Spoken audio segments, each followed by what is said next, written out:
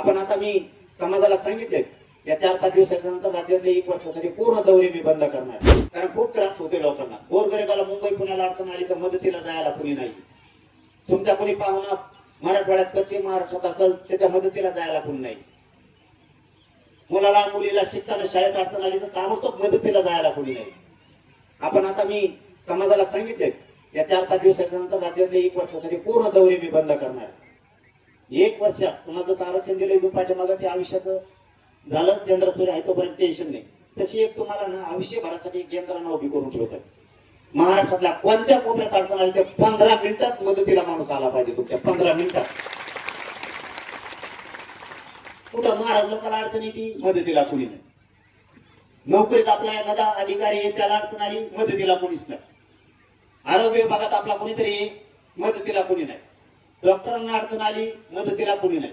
आपल्याला दवाखान्यात अडचण आली मदतीला कोणी नाही. पोलीस स्टेशनला आपल्याला कोणी अडचण आली मदतीला कोणी नाही. गप्पा मारायला खूप येत.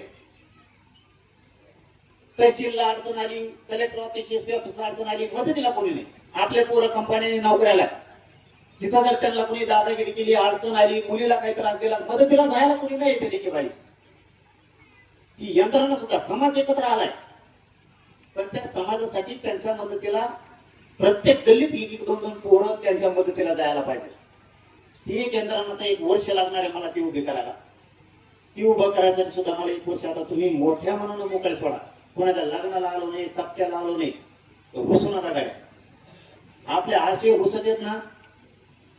बरं आता सगळ्यांनाच वाटतं राज्यात मी आलो पाहिजे, शक्य आहे का? महाराष्ट्रातील सर्व बातम्यांचे विश्वासार्ह व्यासपीठ सकाळच्या सर्व सोशल मीडिया प्लॅटफॉर्मला लाईक, फॉलो आणि सबस्क्राईब करा.